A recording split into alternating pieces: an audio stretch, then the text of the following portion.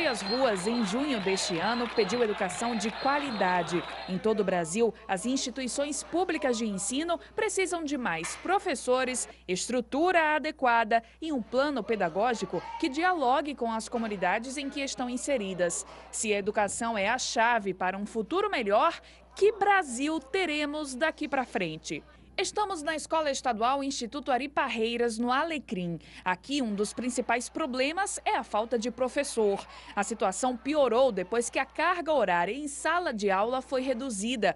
Um direito conquistado pelos professores, que agora têm mais tempo para planejar as aulas. O problema é que algumas turmas estão sem aulas de disciplinas como matemática, português e inglês desde o início do ano. Falta o conhecimento do ensino-aprendizagem, fica prejudicado o aluno. Então, é necessário que desde o início do ano se tivesse esses professores, né? E agora com a redução da carga horária, aí aumentou ainda o número de turmas sem professores, né? Quando for o próximo ano, aí a gente não vai saber o que passou no sétimo, que a gente está no sétimo.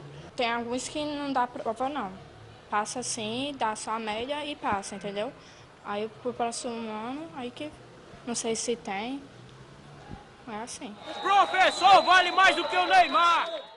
Além de professores, também não há funcionários nos corredores, nem muito menos profissionais como psicólogos, nutricionistas e pedagogos, que poderiam exercer papel complementar nas escolas, a exemplo do que acontece na rede privada. Sem quadro suficiente para impor disciplina, os alunos estão cada vez mais ousados e difíceis de controlar. Um aluno me ameaçou dar uma facada porque eu mandei ele para a coordenação. Ele queria jogar bola na hora da aula. Mas o principal problema aqui é de infraestrutura. O prédio cedido pela Marinha do Brasil há pelo menos 30 anos não passa por uma reforma completa, apenas reparos. Uma disciplina que poderia ajudar a atrair os alunos à escola e contribuir com a formação deles e com a saúde desses estudantes é a educação física. Mas devido à falta de uma quadra adequada para a prática esportiva, as aulas são ministradas aqui mesmo, no pátio da escola. Falta de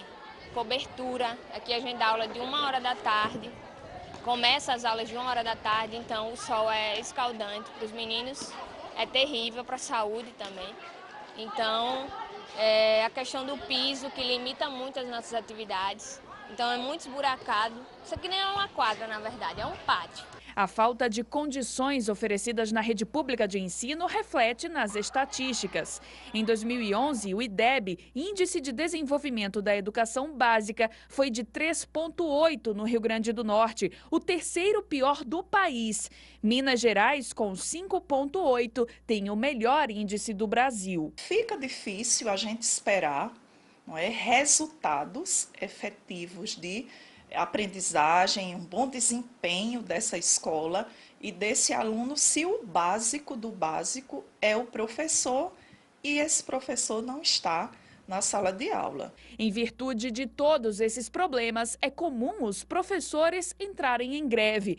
Este ano, a categoria passou cerca de 15 dias paralisada e só retornou às salas de aula nesta segunda-feira. Estaremos contratando mais 116 professores agora, com isso já teremos 3.900, todos substituindo um aposentado.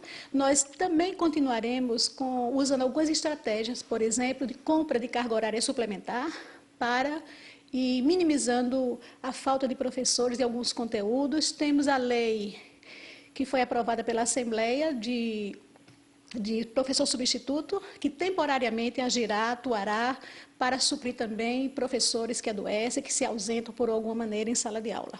O pedido de mais investimentos na educação levado às ruas já teve resposta. A Câmara Federal aprovou o projeto que destina parte dos recursos dos royalties do petróleo do governo federal para a educação e saúde. A educação ficará com 25% do montante, o que em 10 anos deve somar 134 bilhões de reais. Apesar de ser uma cifra importante, a educação de primeiro mundo proclamada pela presidente Dilma Rousseff ainda não deve ser concretizada. Isso porque esse dinheiro não é suficiente sequer para cumprir as metas do Plano Nacional da Educação ainda em tramitação no Senado Federal. Dados da campanha nacional pelo direito à educação mostram que os royalties devem garantir uma elevação de 0,5% do produto interno bruto do país em 10 anos, podendo chegar a 6,8%. Hoje, cerca de 5,3% do PIB são destinados à educação pública, o que equivale a 233 bilhões de reais. Considerando um PIB de 4,4 trilhões, como o do ano passado, seria preciso investir 10%, ou seja,